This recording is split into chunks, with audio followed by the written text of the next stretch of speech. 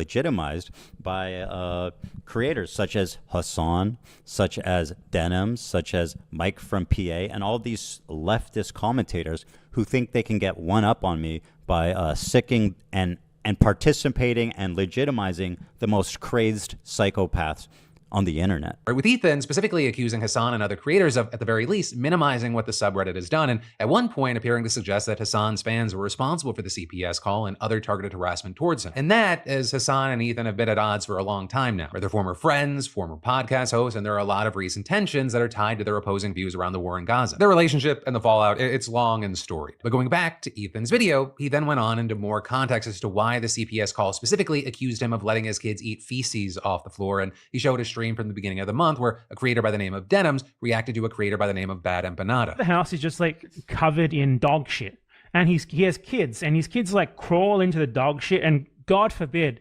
I don't know what they do with it. I don't know if they eat it. How is it that like maybe once a week I look into what Ethan Klein's been up to, and every time I manage to find more and more terrible shit. With Ethan also pointing out that the chat was encouraging CPS to be called, but also Ethan said that the idea that his kids eat feces, it's been taken out of context from a story that he told around a month ago. Right, and that because he previously talked about how his dog had an infection that caused it to have diarrhea, and then their baby, who's crawling around the house all the time, also started having diarrhea, so they assumed that the baby might have caught the dog's infection. Right, not from eating the dog's poop, but from constantly touching or licking any surface that the dog and its shedding fur came into contact with. So there, you had Ethan saying that it turned out that the baby didn't actually have the same infection as the dog, just some general baby diarrhea, but that's also where the whole notion started, with Ethan adding. And that's why they called CPS. Because my 10-month-old baby, who's just starting to eat solid food, had diarrhea. In the video, we then see Ethan go on to post a story from the creator, Bad Empanada, where he claimed he was behind the CPS call and then accused Hassan of supporting him and other streamers who feed into this snark. In there, accusing other creators like Denims of being insensitive about how serious the CPS call was, and pointing to a moment where Denims said it wouldn't impact his kids because they're so young. Create any bad memory for them. You're not forming memories at 3 years old, and it's very rare that you're forming memories at 5 years old. There's a wide variation across about the mean across methods cohorts. The average age of adults' earliest memories is 3.5 years old. You're not really forming memories at 3.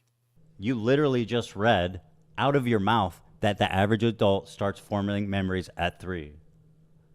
What is happening? Her defense for sending the CPS to break up our family and to interrogate our 3 and 5-year-old is that, don't worry, kids don't remember stuff. But then from that, Ethan goes on to focus on how he thinks that snark pages at large have just gone too far. He's saying that they knowingly spread false rumors, accusing the mods of doxing his office, and adding, has Reddit done anything, despite us complaining, making noise, reaching out for the past 2 years about this snark community? With him going on to say that not only has Reddit not helped, but he believes they're protecting these snark groups. And that in part because he's tried to get these pages taken down, but that's resulted in no long-term success. And this is other major creators have been able to get them removed for harassment, so he thinks there's a double standard, with him also explaining. This is one of my favorite examples. We made a subreddit called Snark to make fun of snark subreddits in general.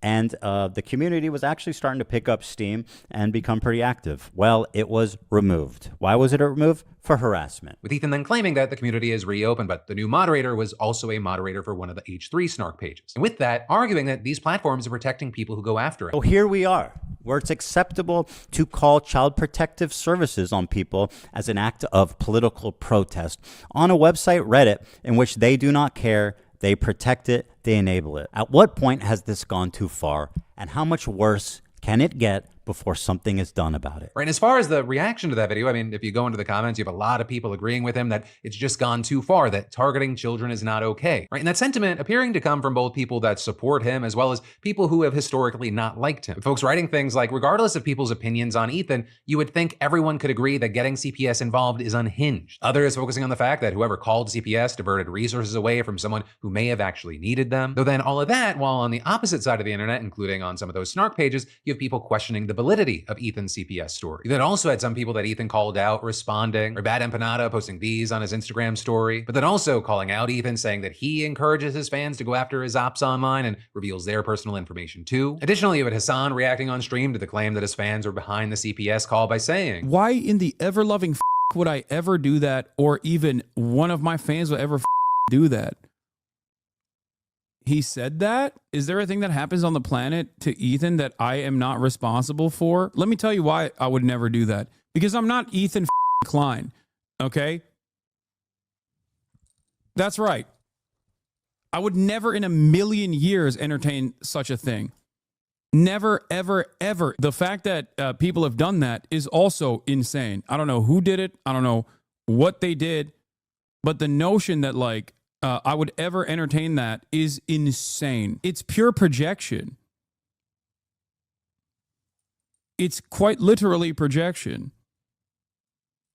I have not done a fraction of what he has done to me. With Hassan then saying that he's made it clear that he thinks snark pages are problematic. Right, he ended up echoing a lot of that in a statement to us today, writing, "I think random people calling CPS on a content creator is insane. It's completely unacceptable. I assume he has nannies and maids to take care of the kids when he's working. Wasting government resources and possibly freaking out little kids of a YouTuber you don't like is gross behavior. I hope Ethan and his family are okay." Now, ultimately, as a recording, that is where we are. Of course, keep in mind with the people that we're talking about being content creators, it's moving at the speed of the internet. But for now, what I want to do is say, that is a story, that's the news. I'd love to know your thoughts. And I do want to share a bit of my opinion here. I can't speak to the back and forth between Ethan Klein, Hassan Piker, or any of these other creators involved. But what I can say is that to call CPS to harass a creator or someone you do not like is genuinely fucking insane. It is disgusting. It is wrong. It's not just a waste of government resources.